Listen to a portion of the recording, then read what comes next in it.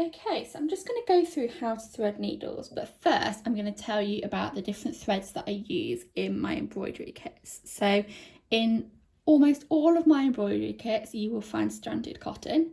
So here I've got 2 little strands of stranded cotton taken from a length of stranded cotton. If you haven't watched my video on how to separate your strands of stranded cotton yet, do go and check that out, because that will show you how to get these 2 little strands out of the big strand that I've given you, ready for you to stitch with.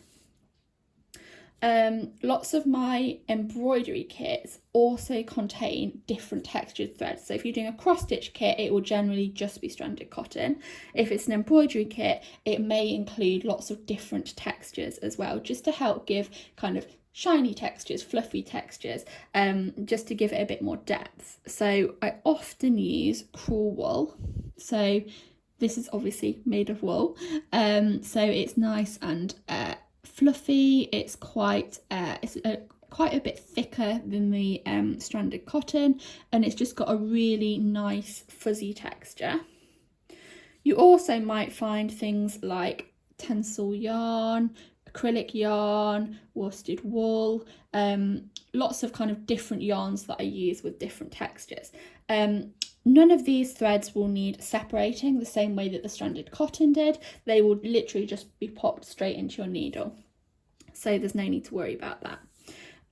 You also may have a little bobbin in your kit of really fine thread, and this is for adding beads on. If your kit only has a few beads, you may have a little card, a little white card with a bit of this thread on if you don't need much. So all of these different threads all need to be threaded in your needle, and I like to use the same technique, but it is completely up to you. If you have a technique that you've already used in the past for threading a needle that you know is successful and you're confident with, then do go ahead. If not, then I hope that I can help you here. So to thread your threads, you obviously need needles. So if your kit doesn't have any beads, you'll generally just get one needle, a nice embroidery needle. This is great for embroidery or for cross stitch. If you need to create any 3/4 cross stitches, the point on it will really help you to do that. But generally you'll get one of these in your kits. And then if you have any beading in your kit, you will also get a beading needle. So the beading needle is the one that's thinner and it's slightly longer and it's got a smaller eye on the end of it. So that's how you tell them apart. So what I'm going to do now is I'm going to show you how to thread your needle. You have stranded cotton. What you want to do is you want to lay it over your finger like this. You then want to grab your embroidery needle and you want to lay it on top of the stranded cotton. You then want to fold that end of the stranded cotton over, so you've created like a loop around your needle.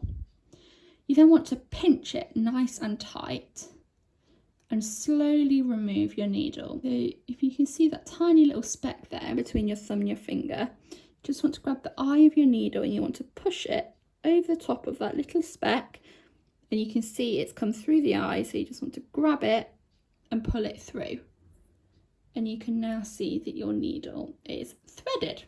So what we're going to do is we're going to do exactly the same with the other types of thread. So if you've got Crewel wool, if you've got acrylic yarn, whatever it is that you have, again, I'm going to use the same technique. So I'm going to lay it on my finger, lay the needle on top, fold the thread over so it's like looping around the needle.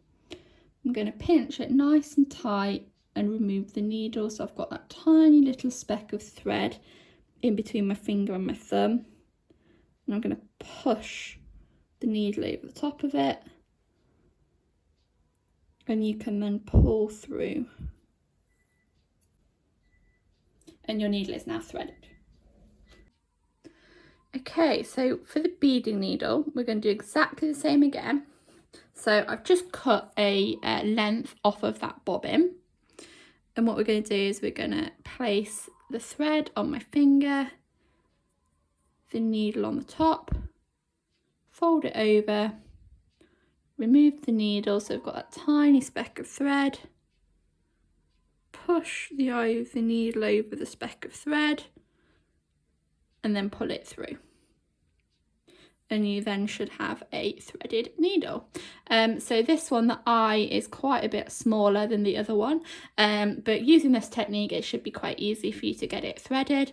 You can obviously, again, try different techniques if you want to, and find something that works for you.